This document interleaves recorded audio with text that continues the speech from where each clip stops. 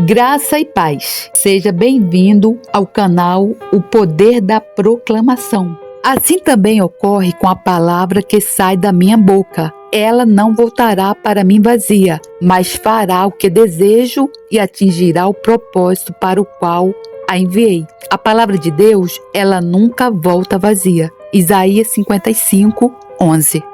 E este evangelho do reino será pregado em todo o mundo como testemunho a todas as nações. Então virá o fim. Mateus 24:14. E vi o céu aberto, e eis um cavalo branco, e o que estava sentado sobre ele chama-se Fiel e Verdadeiro, e julga e peleja com justiça. Apocalipse 19:11. E a última palavra que Jesus disse através da visão de João no Apocalipse: aquele que testifica estas coisas diz: certamente cedo venho. Amém. Ora vem Senhor Jesus. A semente da mulher e a semente da serpente, por George Whitefield. Sobre o autor. George Whitefield nasceu em 16/12/1714 e faleceu em 30/9/1770. Foi um pastor anglicano itinerante e uma importante figura na história da igreja. Ele foi atuante durante o Grande Despertar. Pregou a mensagem do Evangelho para muitas pessoas em Londres. Whitefield ficou conhecido também por pregar ao ar livre. Foi um dos evangelistas mais famosos do século XVIII. É dito que ele pregou mais de milhares de sermões. A semente da mulher e a semente da serpente. Gênesis 3:15. E eu colocarei inimizade entre ti e a mulher, e entre a tua semente e a sua semente. Ela ferirá a tua cabeça, e tu lhe ferirás o calcanhar. Ao ler para vocês essas palavras, posso dirigir-me na língua dos santos anjos aos pastores que vigiavam seus rebanhos à noite. Eis aqui vos trago boa nova de grande alegria, pois esta é a primeira promessa feita de um Salvador para a raça apóstata de Adão. Geralmente procuramos Cristo apenas no Novo Testamento, mas o cristianismo, em certo sentido, é quase tão antigo quanto a criação. É maravilhoso observar como Deus revelou seu Filho gradualmente à humanidade.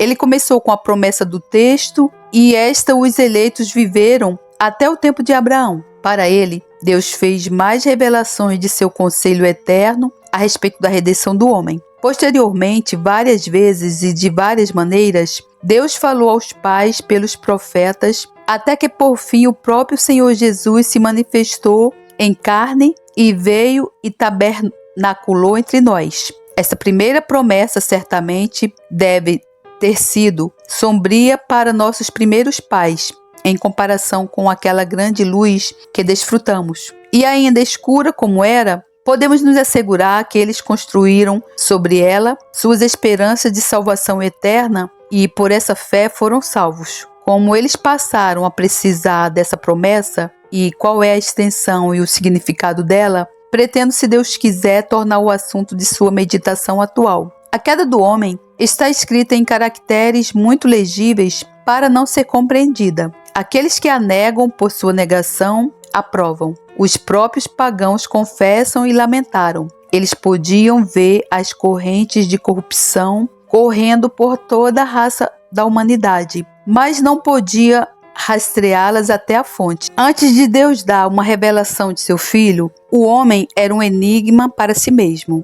E Moisés se desdobra mais neste capítulo do qual o texto foi tirado do que a toda a humanidade poderia ter sido capaz de descobrir por si mesma, mesmo se tivessem como estudar o assunto por toda a eternidade. No capítulo anterior, ele nos deu um relato completo de como Deus fez o mundo existir e especialmente como ele formou o homem do pó da terra e soprou nele o fôlego da vida, de modo que ele se tornou uma alma vivente. Um conselho da Trindade foi convocado sobre a formação desta adorável criatura. O resultado desse conselho foi: façamos o homem à nossa imagem, conforme a nossa semelhança. E criou Deus o homem à sua imagem, a imagem de Deus o criou. Moisés repete notavelmente essas palavras para que possamos dar uma atenção especial ao nosso original divino. Nunca foi tão expresso em tão poucas palavras.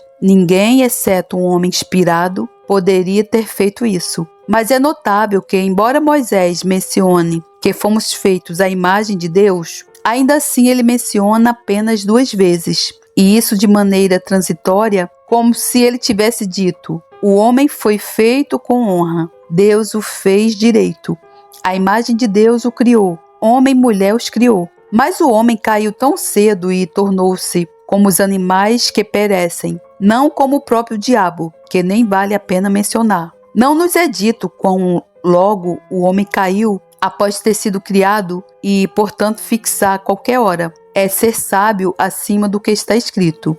E eu acho aqueles que supõem que o homem caiu no mesmo dia em que foi feito, não têm base suficiente para sua opinião. As muitas coisas que estão aglomeradas no capítulo anterior, como a formação da esposa de Adão, o fato de ele dar nomes às feras e de ser colocado no jardim que Deus plantou, eu acho que requerem um espaço de tempo mais longo do que um dia para ser transacionado. No entanto, todos concordam nisso. O homem não demorou muito. Por quanto tempo ou quão curto, não vou me encarregar de determinar. É mais importante perguntarmos como ele caiu de sua firmeza e qual foi a ascensão e o progresso da tentação que prevaleceu sobre ele. O relato que nos é dado neste capítulo a respeito disso é muito completo e pode nos servir muito, sob a direção de Deus, fazer algumas observações sobre isso. Ora, a serpente, diz o historiador sagrado, era mais sutil do que qualquer animal do campo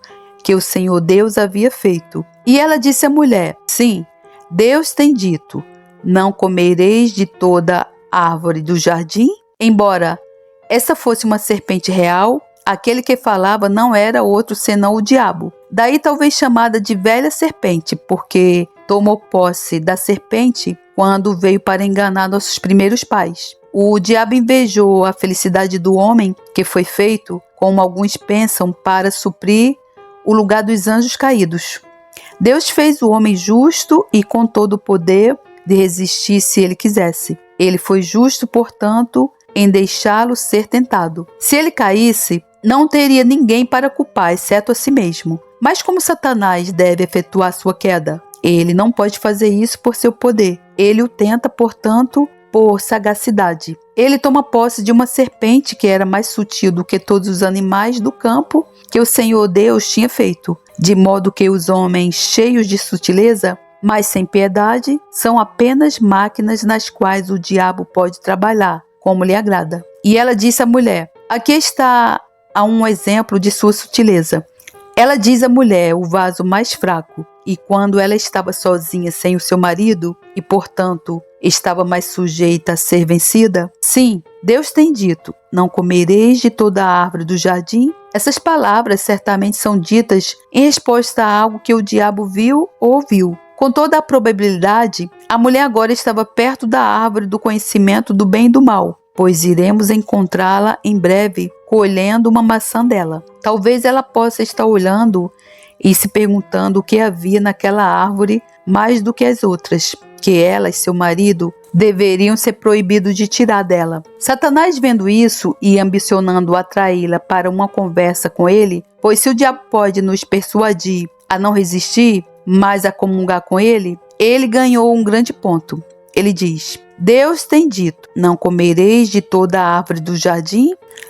A primeira coisa que ela faz é persuadi-la, se possível, a nutrir duros pensamentos sobre Deus. Essa é sua maneira geral de lidar com os filhos de Deus. Sim, Deus disse, não comam de nenhum fruto das árvores do jardim. O quê? Deus plantou um jardim e colocou você no meio dele apenas para provocá-la e deixá-la perplexa? Ele plantou um jardim e ainda assim proíbe você de fazer uso de qualquer um dos frutos dele? Era impossível para ela fazer uma pergunta mais sedutora a fim de obter seu objetivo, pois Eva parecia aqui estar na obrigação de responder e reivindicar a bondade de Deus. E, portanto, versículo 2 e 3, e a mulher disse à serpente, nós podemos comer do fruto das árvores do jardim, mas do fruto da árvore que está no meio do jardim, Deus disse: não comereis dele, nem o tocareis, para que não morrais. A primeira parte da resposta foi boa. Podemos comer do fruto das árvores do jardim. Deus não nos proibiu de comer de todas as árvores do jardim.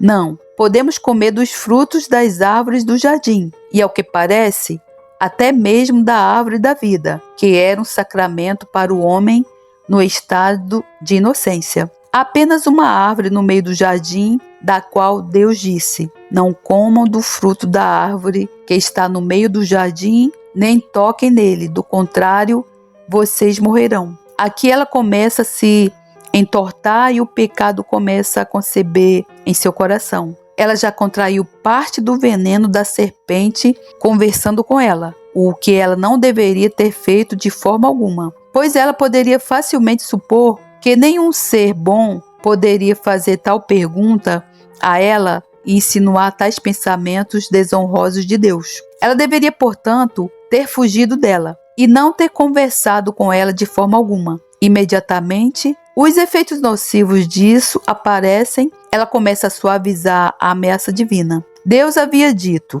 no dia em que dela comeres, tu certamente morrerás, ou morrendo, você morrerá. Mas Eva diz: não comereis dele, nem o tocareis, para que não morrais. Podemos ter certeza de que caímos e começamos a cair em tentações quando começamos a pensar que Deus não será tão bom quanto sua palavra no que diz respeito à execução de suas ameaças denunciadas contra o pecado. Satanás sabia disso e, portanto, astutamente disse à mulher: certamente não morrereis. De forma insinuante: certamente não morrereis. Certamente. Deus não será tão cruel a ponto de amaldiçoá-lo apenas por comer uma maçã. Não pode ser. Ai, quantos Satanás leva cativos à sua vontade, lisonjeando-os de que certamente não morrerão, que os tormentos do inferno não serão eternos, que Deus é todo misericordioso, que Ele, portanto, não punirá o pecado de alguns anos com uma eternidade de miséria.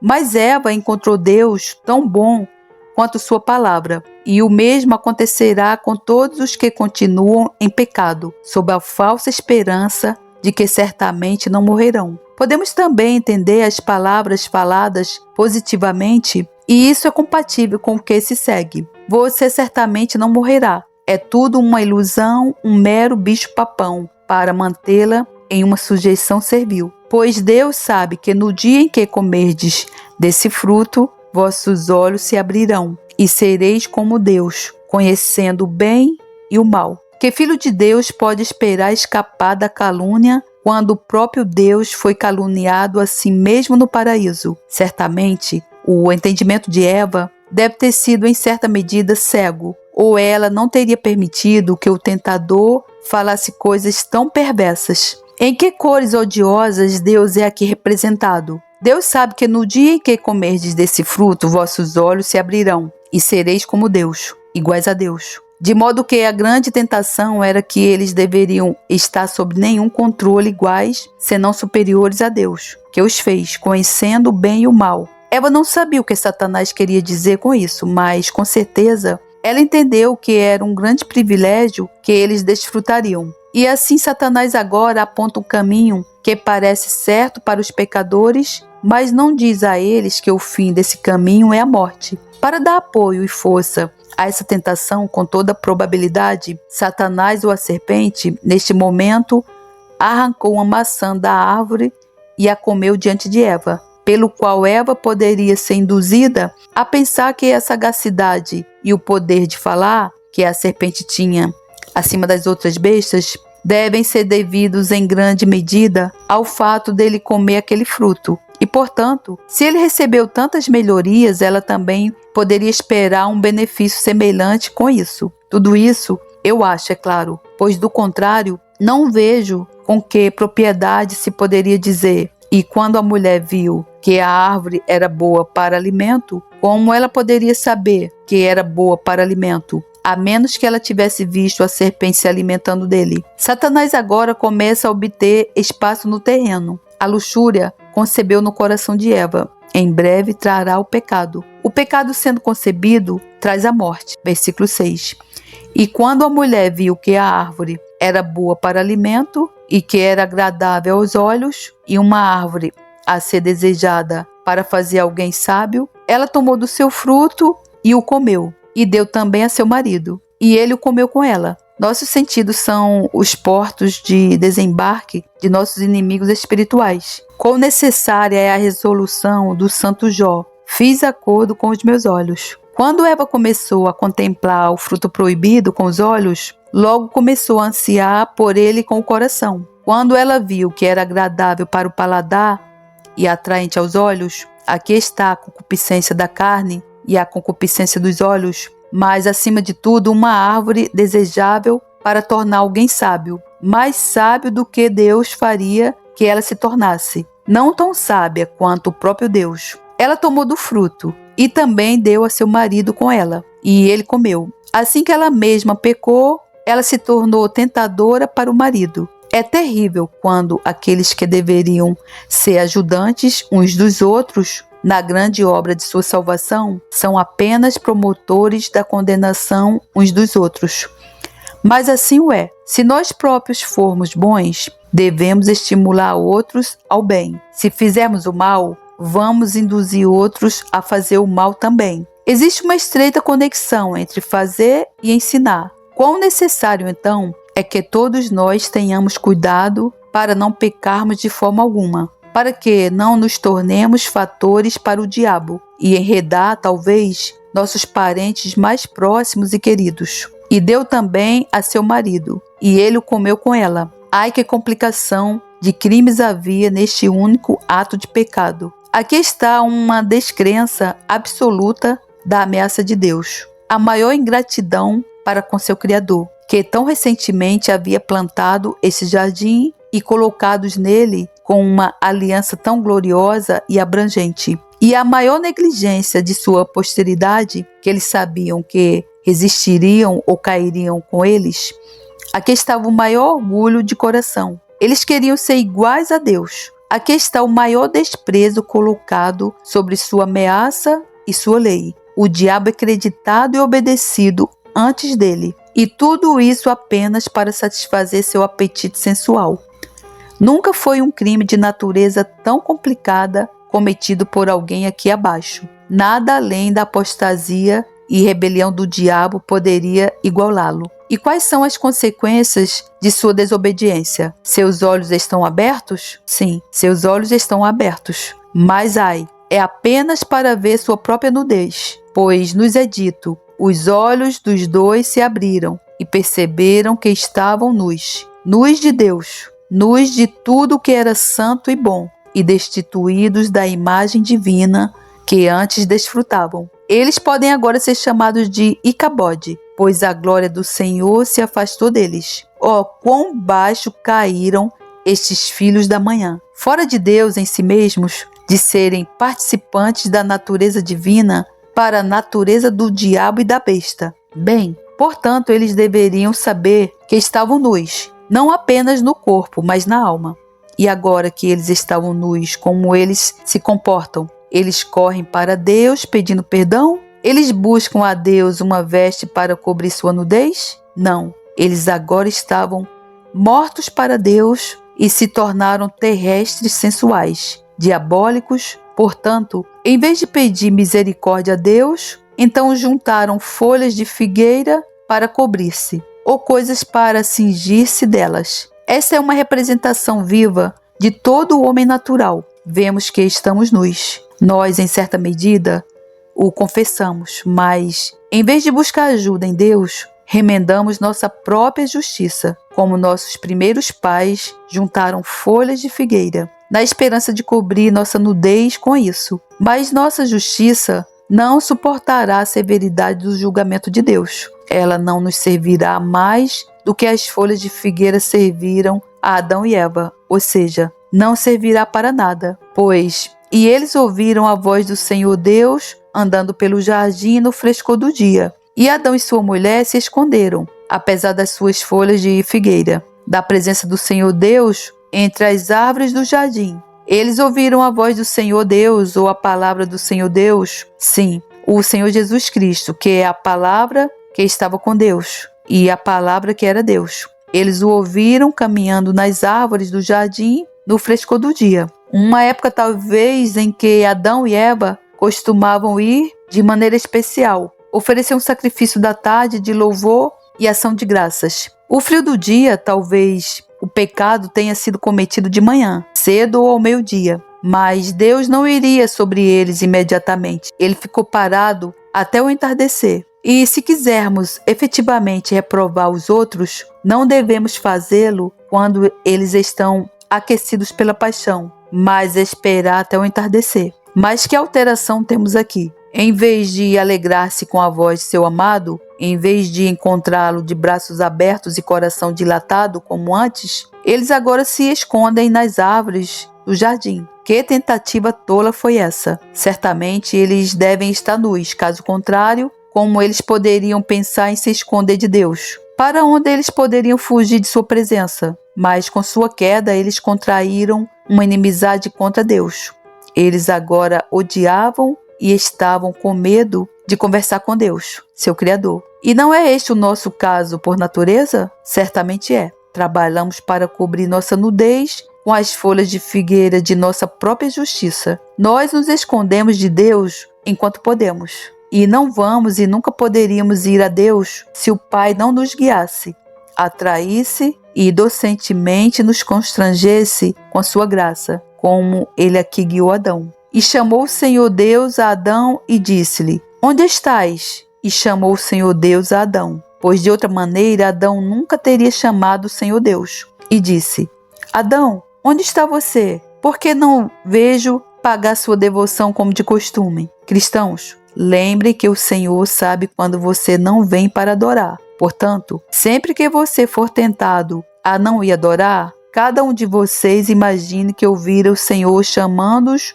e dizendo: Ó homem, ó mulher, onde estás? Pode ser entendido em outro e melhor sentido. Adão, onde você está? Em que condição está a sua pobre alma? Essa é a primeira coisa que o Senhor pede e convence um pecador, quando ele o guia e o chama eficazmente por sua graça. Ele também o chama pelo nome, pois a menos que Deus fale conosco em particular e saibamos onde estamos, quão pobres, quão miseráveis, quão cegos, quão nus, nunca avaliaremos a redenção operada por nós pela morte e obediência do querido Senhor Jesus.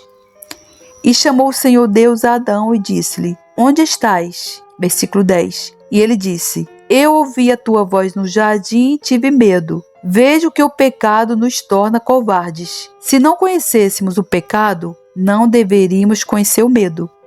Porque eu estava nu e me escondi. Versículo 11. E ele disse: Quem te contou que estavas nu? Tu comeste da árvore da qual eu, teu Criador e legislador, te ordenei que não comesses? Deus sabia muito bem que Adão estava nu e que havia comido do fruto proibido. Mas Deus queria ouvir isso da própria boca de Adão. Assim Deus conhece todas as nossas necessidades antes de pedirmos qualquer coisa. Mas ainda assim insiste que peçamos sua graça e que confessemos nossos pecados. Pois por tais atos reconhecemos nossa dependência de Deus. Nos envergonhamos e assim damos glória ao seu grande nome. Versículo 12. E o homem disse: A mulher que tu me deste para estar comigo, ela me deu da árvore e eu comi. Nunca a natureza foi mais vividamente delineada. Veja que orgulho Adão contraiu com a queda. Quão relutante ele está em colocar a culpa ou se envergonhar. Essa resposta é cheia de insolência para com Deus, inimizade contra sua esposa e falta de ingenuidade a respeito de si mesmo. Pois aqui ele reflete tacitamente sobre Deus. A mulher que tu me deste para estar comigo. Como se ele dissesse: se não tivesses me dado aquela mulher, eu não teria comido o fruto proibido. Assim, quando os homens pecam, culpam suas paixões, então culpam e depreciam a Deus por lhes dar essas paixões. A linguagem deles é: os apetites que nos deste, eles nos enganaram. e portanto pecamos contra ti. Mas como Deus, não obstante, puniu Adão por dar ouvidos à voz de sua esposa, ele também punirá aqueles que obedecerem aos ditames de suas inclinações corruptas. Pois Deus não obriga o homem a pecar. Adão poderia ter resistido às solicitações de sua esposa, se ele quisesse. E assim, se olharmos para Deus, devemos encontrar graça para ajudar na hora da necessidade. O diabo e nossos próprios corações tentam, mas não podem nos forçar a consentir sem a concordância de nossas próprias vontades, de modo que nossa condenação é de nós mesmos, como evidentemente aparecerá no grande dia. Não obstante as atuais respostas impudentes de todos os homens contra Deus. Assim como Adão fala insolentemente a respeito de Deus, ele fala com inimizade contra sua esposa, a mulher ou esta mulher, ela que me deu. Ele atribui toda a culpa a ela e fala dela com muito desprezo. Ele não diz minha esposa, minha querida esposa, mas a mulher. O pecado desune os corações mais unidos e é a ruína da comunhão sagrada. Aqueles que foram companheiros no pecado aqui, se morrerem sem arrependimento, odiarão e condenarão uns aos outros no futuro. Todas as almas condenadas são acusadoras de seus irmãos. Assim, é em certo grau deste lado da sepultura. A mulher que tu me deste para estar comigo, ela me deu da árvore e eu comi. Que discurso insincero, enganoso houve. Ele usa pelo menos 15 palavras para se desculpar e apenas 1 ou 2 no original para confessar sua culpa. Se é que isso pode ser chamado de confissão. A mulher que tu me deste para estar comigo, ela me deu da árvore. Aqui estão 14 palavras e eu comi. Com que relutância essas últimas palavras saíram. Quando são proferidos, ele diz, e eu comi. Mas assim é com um coração não humilhado e não regenerado. Estará culpando o amigo mais querido do mundo, ou melhor, o próprio Deus, em vez de se envergonhar. Este orgulho a que todos estamos sujeitos pela queda, e até que nossos corações sejam quebrantados e contritos pelo Espírito de nosso Senhor Jesus Cristo, estaremos sempre acusando a Deus tolamente. Contra ti somente, contra ti eu pequei, e cometi este mal à tua vista, para que tu pudesses ser justificado quando falares e ser claro quando julgares. É a linguagem de ninguém, mas daqueles que, como Davi, estão dispostos a confessar suas faltas e estão verdadeiramente arrependidos de seus pecados. Este não foi o caso de Adão. Seu coração não estava partido e, portanto, ele atribui a culpa de sua desobediência à esposa e a Deus, e não a si mesmo. A mulher que tu me deste para estar comigo, ela me deu da árvore e eu comi. Versículo 13. E o Senhor Deus disse à mulher, o que é isso que tu fizeste? Que maravilhosa preocupação Deus expressa nessa expostulação. Que dilúvio de miséria trouxeste sobre ti mesma, ao teu marido e à tua posteridade? O que é isso que fizeste?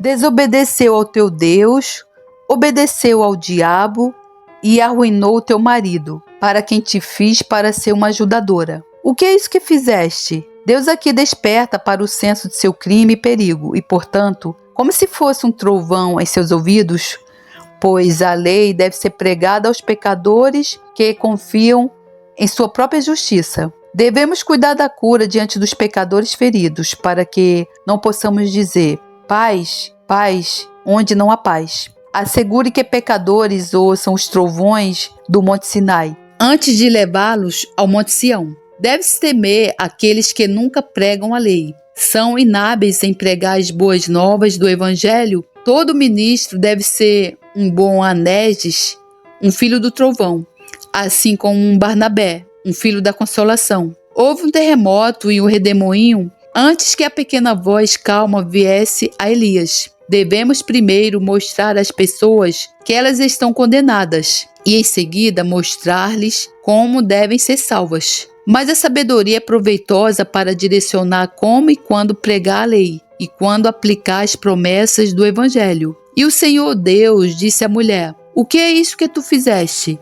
E a mulher disse, a serpente me enganou e eu comi. Ela não usa tantas palavras para se desculpar como seu marido, mas o coração dela é tão sincero quanto o dele. Deus diz: o que é isso que fizeste? Deus aqui a acusa de fazer isso. Ela não ousa negar o fato ou dizer: eu não fiz isso, mas ela tira toda a culpa de si mesma e a joga sobre a serpente. A serpente me enganou e eu comi. Ela não diz: Senhor, eu era culpada por falar com a serpente, Senhor. Errei em não me apressar ao meu marido quando ela me fez a primeira pergunta. Senhor, eu me declaro culpada. Só eu sou culpada. Oh, não deixe meu pobre marido sofrer por minha maldade. Essa teria sido a linguagem de seu coração se ela agora fosse uma verdadeira penitente. Mas agora ambos estavam igualmente orgulhosos. Portanto, nenhum deles colocará a culpa sobre si mesmo. A serpente me enganou e eu comi. A mulher que tu me deste para estar comigo, ela me deu da árvore e eu comi. Tenho sido mais minucioso ao observar esta parte do comportamento deles, porque tende tanto à magnificação da graça e claramente nos mostra que a salvação vem somente do Senhor. Vamos dar uma olhada nas circunstâncias miseráveis em que nossos primeiros pais se encontravam. Eles estavam legalmente e espiritualmente mortos, filhos da ira e herdeiros do inferno. Comeram do fruto que Deus lhes ordenara que não comessem. E quando denunciados perante Deus, apesar de seu crime ter sido tão complicado, eles não puderam ser levados a confessá-lo. Que razão pode ser dada porque a sentença de morte não deve ser pronunciada contra os prisioneiros no tribunal? Todos devem reconhecer que são dignos de morrer. Como pode Deus, de forma consistente com sua justiça, possivelmente perdoá-los? Ele havia ameaçado que, no dia em que comerem do fruto proibido, eles certamente morreriam. E se ele não executasse essa ameaça, o diabo poderia então caluniar o Todo-Poderoso de fato. E ainda assim, clama a misericórdia: poupe esses pecadores, poupe o trabalho de suas próprias mãos. Eis então que a sabedoria trama um esquema de como Deus pode ser justo e ainda assim misericordioso, ser fiel às suas ameaças, punir a ofensa e ao mesmo tempo poupar o ofensor. Uma cena incrível de amor divino a que se abre a nossa visão, que esteve desde toda a eternidade escondida no coração de Deus. Não obstante Adão e Eva não terem sido humilhados e nem mesmo apresentar um único pedido de perdão, Deus imediatamente profere sentença sobre a serpente e revela-lhes um Salvador. Versículo 14, então, o Senhor Deus disse à serpente: visto que isso fizeste, maldita és entre todos os animais domésticos, e o és entre todos os animais selváticos. Rastejarás sobre o teu ventre e comerás pó todos os dias da tua vida. Isto é, ela deve estar sujeita e seu poder deve ser sempre limitado e restringido. Seus inimigos lamberão o pó, diz o salmista. Versículo 15.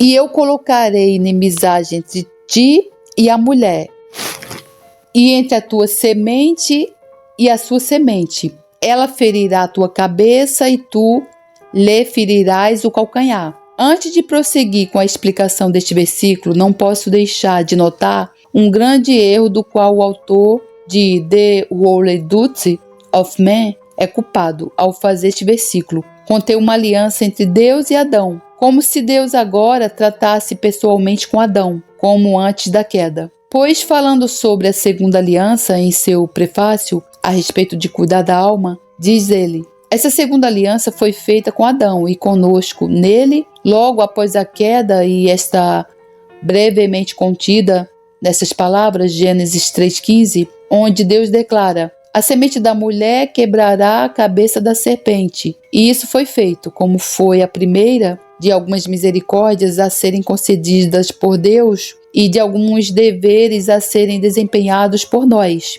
Essa interpretação bíblica está errada, pois essas palavras não foram ditas a Adão. Eles são direcionadas apenas para a serpente. Adão e Eva permaneceram como criminosos, e Deus não poderia tratar com eles, porque haviam quebrado seu pacto.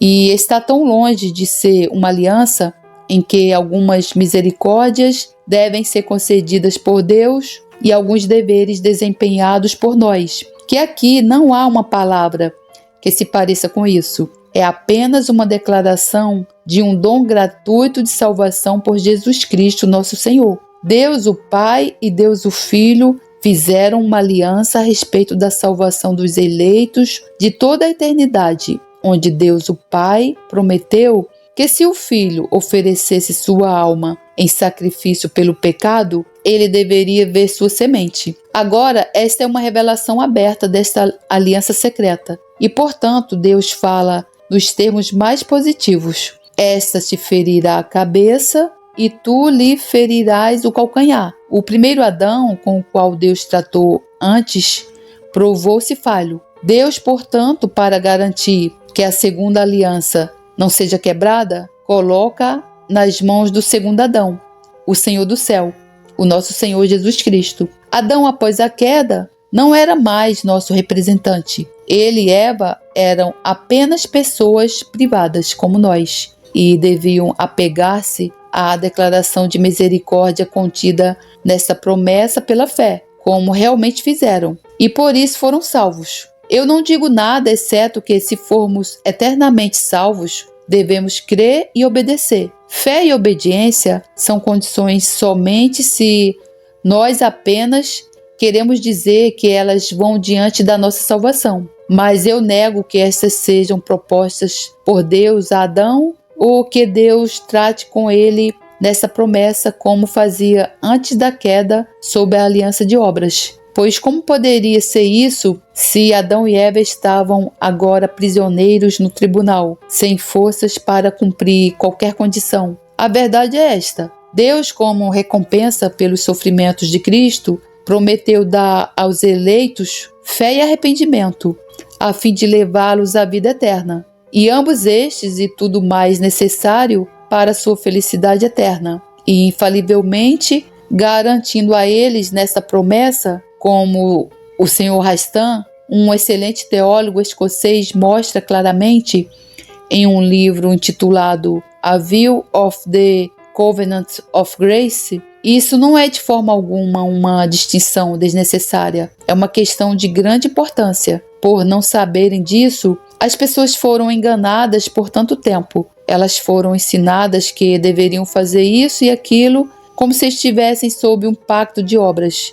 E então, ao fazerem isso, elas deveriam ser salvas. Considerando que, ao contrário, as pessoas devem ser ensinadas que o Senhor Jesus foi o segundo Adão, com quem o Pai fez um pacto pelo homem caído, que agora eles nada podem fazer de ou para si próprios, e, portanto, devem ir a Deus, rogando-lhe que lhes dê fé pela qual serão habilitados a apoderar-se da justiça de Cristo, e essa fé eles então manifestarão por suas obras, por amor e gratidão ao sempre bendito Jesus, seu mais glorioso Redentor, por tudo o que ele fez por suas almas. Este é um esquema escritural consistente. Sem sustentar isso, vamos cair em um desses dois extremos ruins. Quero dizer, antinomianismo, por um lado, ou arminianismo, por outro, de ambos os quais o bom Deus nos livre. Mas, para prosseguir, por semente da mulher, entendemos aqui que era o Senhor Jesus Cristo que, embora verdadeiro Deus de verdadeiro Deus, teve por nós homens e nossa salvação um corpo preparado para ele pelo Espírito Santo, e nasceu de uma mulher que nunca conheceu o homem e, por sua obediência e morte, fez uma expiação pela transgressão do homem e trouxe uma justiça eterna. Trabalhou neles uma nova natureza e assim feriu a cabeça da serpente, ou seja, destruiu seu poder e domínio sobre eles. Pela semente da serpente devemos entender o diabo e todos os seus filhos, que têm permissão de Deus para tentar e peneirar seus filhos. Mas bendito seja Deus, ele não pode ir além do nosso calcanhar. Não se deve duvidar de que Adão e Eva compreenderam essa promessa nesse sentido, pois está claro que na última parte do capítulo sacrifícios foram instituídos. De onde deveriam vir aquelas peles, senão de animais mortos para o sacrifício dos quais Deus fez para eles vestes? Encontramos Abel, assim como Caim, oferecendo sacrifício no próximo capítulo, e o apóstolo nos diz que ele o fez pela fé. Sem dúvida, nessa promessa, e Eva, quando Caim nasceu, disse: eu obtive um homem do Senhor. Ou, como o Senhor Henry observa, pode ser traduzido: eu obtive um homem, o Senhor, o Messias prometido. Alguns ainda supõem que Eva foi a primeira crente e, portanto, eles traduzem assim: a semente não dá mais dessa mulher, o que significa a graça de Deus, tanto mais que ela, que foi a primeira na transgressão, deve ser a primeira participante de redenção. Adão também creu e foi salvo, porque para Adão e sua esposa, o Senhor Deus fez vestes de peles e os vestiu, o que foi um tipo notável de serem vestidos com a justiça de nosso Senhor Jesus Cristo. Essa promessa foi literalmente cumprida na pessoa de nosso Senhor Jesus Cristo. Satanás feriu seu calcanhar quando tentou por 40 dias juntos no deserto. Ele feriu seu calcanhar quando levantou forte perseguição contra ele durante o tempo de seu ministério público. Ele, de uma maneira especial, feriu seu calcanhar quando nosso Senhor queixou-se de que sua alma estava extremamente triste, até a morte. E ele suou grandes gotas de sangue caindo no chão, no jardim. Ele feriu o calcanhar quando colocou no coração de Judas a intenção de traí-lo. E ele o feriu ainda mais quando seus emissários o pregaram a uma árvore amaldiçoada na cruz. E nosso Senhor gritou: meu Deus, por que tu me abandonaste? No entanto, em tudo isso, o bendito Jesus, a semente da mulher, feriu a cabeça amaldiçoada de Satanás, pois, sendo tentado, ele foi capaz de socorrer os que são tentados. Pelas suas pisaduras, nós somos curados. O castigo de nossa paz estava sobre ele. Ao morrer, ele destruiu aquele que tinha o poder da morte, ou seja, o diabo. Desse modo, ele expoliou principados e potestades e os exibiu abertamente, triunfando sobre eles na cruz. Esta promessa foi cumprida nos eleitos de Deus, considerando-os coletivamente tanto antes como desde a vinda de nosso Senhor na carne, porque eles podem ser chamados a semente da mulher. Não se maravilhe de que todos os que desejam viver piedosamente em Cristo Jesus devam sofrer perseguição. Nessa promessa há uma inimizade eterna colocada entre a semente da mulher e a semente da serpente, de modo que os nascidos segundo a carne não podem deixar de perseguir os nascidos segundo o Espírito. Essa inimizade se manifestou logo após essa promessa ser revelada, na ferida de Caim, no calcanhar de Abel. Ela continuou na igreja por todos os tempos antes de Cristo vir em carne, como a história da Bíblia e o capítulo 11 dos Hebreus mostra claramente. Ele se enfureceu excessivamente após a ascensão de nosso Senhor. Testemunha os atos dos apóstolos e a história dos cristãos primitivos. Ele agora se enfurece e continuará a se manifestar em maior ou menor grau até o fim dos tempos. Mas não deixe isso nos desanimar, pois em tudo isso a semente da mulher é mais que vencedora e machuca a cabeça da serpente. Assim os israelitas, quanto mais eram oprimidos, mais aumentavam. Assim foi com os apóstolos. Assim foi com seus seguidores imediatos, de modo que Tertuliano compara a igreja de seu tempo a um campo ceifado. Quanto mais frequentemente é cortado, mais ele cresce. O sangue dos mártires sempre foi a semente da igreja, e muitas vezes me sentei com admiração e deleite e admirei como Deus, a fim de embaraçar os maus, fez com que os próprios esquemas que seus inimigos arquitetaram se tornassem o meio mais eficaz de propagar seu evangelho. O diabo teve tão pouco sucesso na perseguição que, se eu não soubesse que ele e seus filhos, de acordo com este versículo, não poderiam deixar de perseguir, eu pensaria que ele consideraria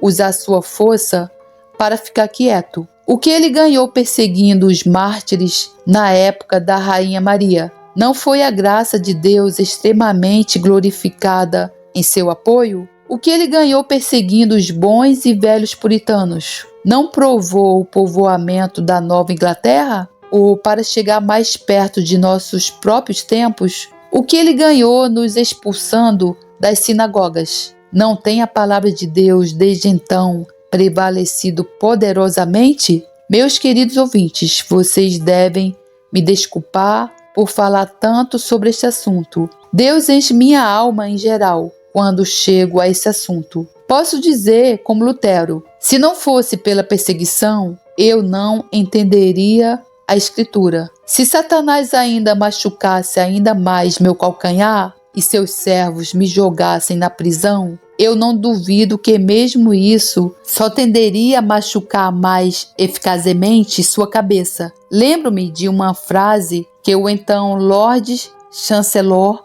ao piedoso Bradford disse: "Fizeste mais mal", disse ele, "com tuas exortações, em particular na prisão, do que fizeste ao pregar antes de ser desprezo", ou palavras neste sentido. A promessa do texto é o meu sustento diário, e eu colocarei inimizade entre ti e a mulher, e entre a tua semente e a sua semente. Ela ferirá a tua cabeça, e tu lhe ferirás o calcanhar. Além disso, essa promessa também é cumprida, não apenas na igreja em geral, mas em cada crente individualmente em particular. Em cada crente existem duas sementes: a semente da mulher e a semente da serpente, a carne, cobiçando o espírito, e o espírito contra a carne. É com o crente, quando vivificado com graça em seu coração, como foi com Rebeca, quando ela concebeu Esaú e Jacó em seu ventre. Ela sentiu uma luta e começou a ficar inquieta. Ela diz: "Se é assim, por que sou eu assim?" Gênesis 25, 22. Assim a graça e a natureza lutam, se é que posso falar, no ventre do coração de um crente, mas como estava dito, o mais velho servirá ao mais novo. Assim aqui, a graça, no final, obterá o melhor da natureza. A semente da mulher ferirá a cabeça da serpente. Muitos de vocês que creram em Cristo talvez encontrem alguma corrupção particular, mais forte, tão forte, que às vezes estão prontos para clamar como Davi: "Ainda algum dia perecerei pela mão de Saul", mas não tema. A promessa no texto garante a perseverança e a vitória dos crentes sobre o pecado, Satanás, a morte e o inferno. E se a corrupção interior ainda permanecer e a semente da serpente machucar seu calcanhar, irritando e perturbando suas almas justas, não temas. Ainda que desmaie, ainda que persista, você ainda deve machucar a cabeça da serpente. Cristo morreu por você e em breve ele enviará a morte para destruir o próprio ser do pecado em você. O que me leva a mostrar a maneira mais ampla em que a promessa do texto será cumprida, vis no julgamento final, quando o Senhor Jesus apresentará os eleitos a seu Pai, sem mancha ou ruga, ou qualquer coisa semelhante, glorificado tanto no corpo como na alma. Então a semente da mulher dará o último e fatal golpe, ferindo a cabeça da serpente. Satanás, o acusador dos irmãos, e toda a sua semente maldita será então expulso e nunca mais perturbará a semente da mulher. Então os justos brilharão como o sol no reino de seu Pai e sentar-se-ão com Cristo nos tronos em majestade nas alturas. Não nos cansemos, portanto, de fazer o bem, pois colheremos uma colheita eterna de conforto se não desfalecermos. Ousem, ousem, ousem, meus queridos. Irmãos em Cristo, segui o capitão da sua salvação, que foi aperfeiçoado pelos sofrimentos. A semente da mulher ferirá a cabeça da serpente. Não temos homens, não se abatem muito com o engano de seus corações. Não temos demônios. Você obterá a vitória até mesmo sobre eles. O Senhor Jesus se comprometeu a fazer de vocês mais do que vencedores sobre tudo. Suplique ao seu Salvador, implore, pleiteie a promessa na tenda. Lute, Lute com Deus em oração. Se lhe foi dado para acreditar, não tema se também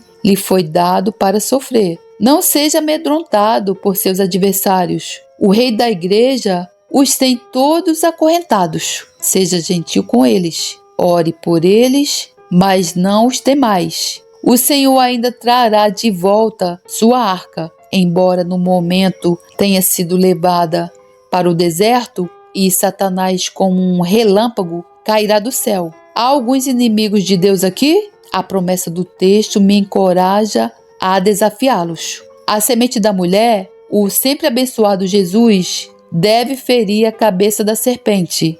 O que significa toda a malícia de vocês? Vocês são apenas ondas furiosas do mar, espumando sua própria vergonha. Para vocês, sem arrependimento, está reservada a escuridão das trevas para sempre. O Senhor Jesus está assentado nos céus, governando sobre tudo e fazendo com que todas as coisas trabalhem para o bem de seus filhos. Ele ri de vocês com escárnio. Ele zomba de vocês e, portanto, eu também. Quem são vocês que perseguem os filhos do sempre bendito Deus? Embora eu seja um pobre jovem, o Senhor Jesus, a semente da mulher, vai me capacitar a machucar suas cabeças. Meus irmãos em Cristo, eu penso que não falo assim por minha própria força, mas na força do meu Redentor. Eu sei em quem tenho crido. Eu estou persuadido que Ele manterá seguro o que lhe confiei. Fiel é aquele que prometeu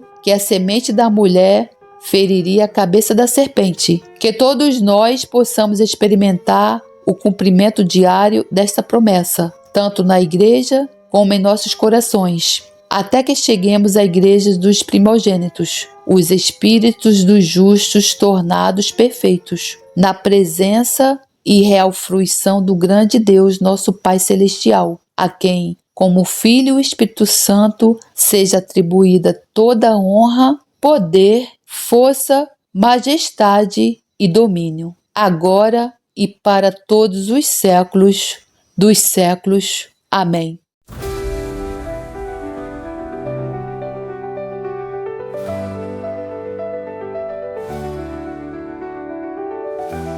O Senhor me refúgio, como então vocês podem dizer-me, fuja como um pássaro para os montes.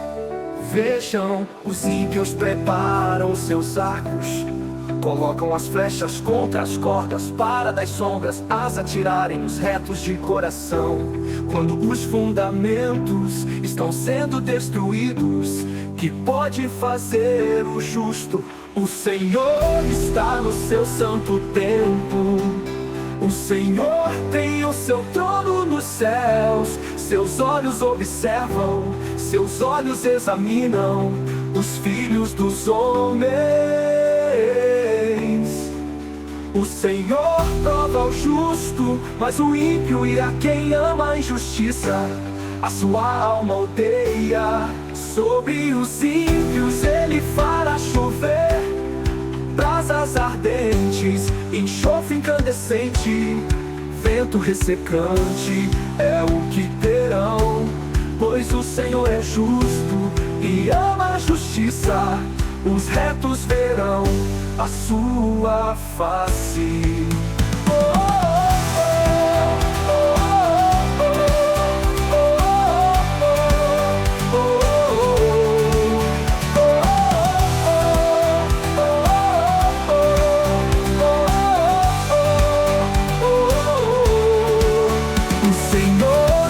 No seu santo templo, o Senhor tem o seu trono nos céus. Seus olhos observam, seus olhos examinam os filhos dos homens.